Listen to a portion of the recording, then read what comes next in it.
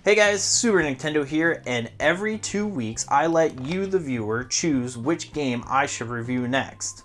Last time I reviewed Nights into Dreams, and your choices were Super Back to the Future 2 for the Super Famicom, Guardian Legend for the NES, Space Channel 5 for the Sega Dreamcast, and with 39% of the vote, Conker's Bad Fur Day for the Nintendo 64. So that's your choice. Stay tuned to the end of this video and I'll have 4 more choices for you.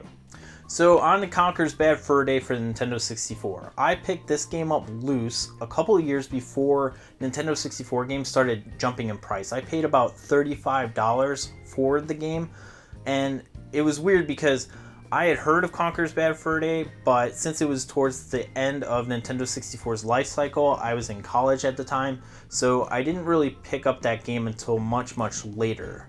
So in 2014, my wife got me the complete in box version for Christmas, and what I did was I used the loose copy. I sold that for about $100 and put that towards DuckTales 2. So there was no point in me having 2 copies of Conker's Bad Fur Day, and I really wanted DuckTales, and it looks like I got that at a really good price as well. So now at the recording of this video, Conker's Bad Fur Day for the Nintendo 64 sits about $65 loose and $125 complete. Is it worth the price? Let's take a look. Released in North America in March of 2001, Conker's Bad Fur Day set out to become one of the most sought after titles for the Nintendo 64, mainly because of how notorious this game is. This is an M-rated game made by Rare, which at the time was a second-party Nintendo studio. Nintendo isn't known for being behind M-rated games, so this definitely raised some eyebrows when it was released. People often state that this was one of the very few M-rated games on the Nintendo 64, but that's not entirely the case. In addition to Conker's Bad Fur Day, there are 25 other M-rated games in North America, and that's 8% of the library, which is pretty significant. But this is a Nintendo published game that is rated M for mature, and that's what makes Conker's Bad Fur Day for Nintendo 64 so interesting. Conker wasn't always a foul-mouthed drunk squirrel. He was originally a chipper, family-friendly character who was in Diddy Kong Racing, and also got a Game Boy Color standalone game called Conker's Pocket Tales in 1999. Because of that previous image, Nintendo wanted to make it crazy clear that this is an M-rated game.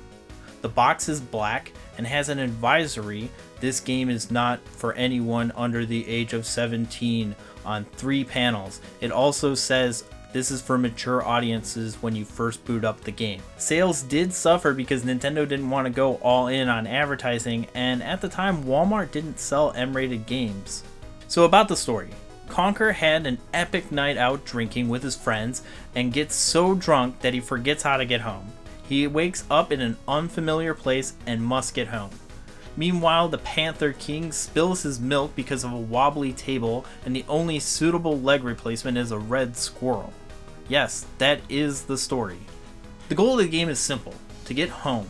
Along the way, you'll encounter some crude humor and some talking cash. Cash is important because there are places that will not let you pass unless you have that money. These talking piles of cash are hidden around the world, and luckily they do alert you to their presence by talking. The gameplay is straightforward. This is similar to previous Rare games like Banjo-Kazooie and Donkey Kong 64. Progress through the world to complete tasks and avoid getting killed. You have 3 lives to start out, and if you lose all 3, you're booted back to the last major save point.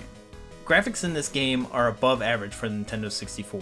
While the expansion pack isn't necessary for this game, it does seem to take advantage of it. Unfortunately, it doesn't have any gamma features, so some dark areas are really dark if your TV can't go any brighter. And luckily, there isn't too many areas like that. So now the controls. The controls feel clunky, mainly because this is a 3D game made in the late 90s, early 2000s, and frame rate doesn't make platforming speedy either. One of the most frustrating things is that I have to stop, then crouch to do a high jump. And at least in Mario 64, you could do that as fast as your fingers will let you go. Also, some of the jumps are hard to gauge, so you'll fall a lot. And fall damage is a real thing, and it is possible to kill yourself from full health if you fall all the way down from a high enough obstacle. At least in Mario 64, it was easy to do a ground pound to avoid that damage. The humor is definitely late 90s, early 2000s humor. A sunflower with gigantic breasts that you bounce on to reach other areas, a suicidal pitchfork, and a gigantic pile of singing poop. There are also a ton of movie references as well to make sure that you want to pay attention to the story. I like this game despite its frustrating controls. Of course, if I had played this when Nintendo 64 was the latest machine, I probably wouldn't have had that complaint. Old 3D games are clunky, so that really shouldn't deter you from trying out this game. There's not too much that I didn't like about this game that can't be excused for just being an early 3D game. However, the cutscenes are a little drawn out and are unskippable the first time you play them. While this game has full voice acting, you're going to need subtitles because some of the voices are just plain mumbles. You haven't got a beard. No. Birdie. I scare birdies. Okay, Birdie.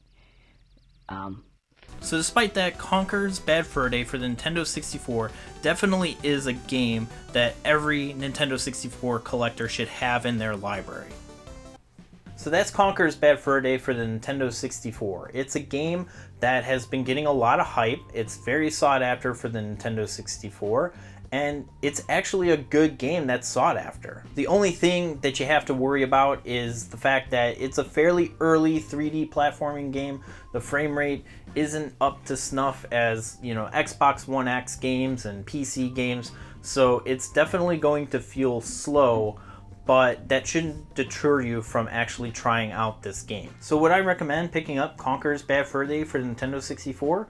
Yes, but if you're a collector only, because this game is fairly expensive, but you get your money's worth if you're collecting Nintendo 64 games. So there is Conker's Live and Reloaded for the original Xbox, and this does have better graphics. However, it is missing parts that were originally in the Nintendo 64 version, which make the Nintendo 64 version much sought after, because technically that makes the Nintendo 64 version the uncut version. So if you don't want to spend $64 on a loose Nintendo 64 copy or $30 on the Live and Reloaded version, there is Rare Replay for the Xbox One. Now this currently goes for $16 on Amazon, and it has 30 of Rare's games in it, including Banjo-Kazooie, Banjo-Tooie, you got Snake Rattle and Roll, and you have Conker's Bad Fur Day on here. This is the Nintendo 64 version, so it isn't censored as far as I could tell. So you're getting Conker's Bad Fur Day in addition to 29 other really great games made by Rare for $17. So if you already own an Xbox One, this is definitely one of the better games to buy for the Xbox One, and you'll get a lot of value for it. So what do you think about Conker's Bad Fur Day? Do you have it? Are you planning on getting it? Did this review sway your opinion either way? Let me know down in the comments below. So here are your choices for the next review. Space Channel 5 for the Sega Dreamcast. This was a very, very close second, so I'm giving it another chance. Spyro the Dragon for the PlayStation. Mad World for the Nintendo Wii. And Magic Carpet for the Sega Saturn.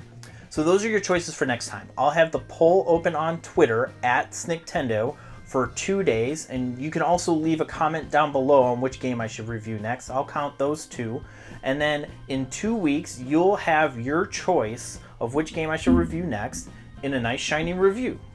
So if you like this video, hit that like button, and if you're new here, I also talk about video game topics. I release at least one video every week on Thursdays at 12 p.m. Central Time.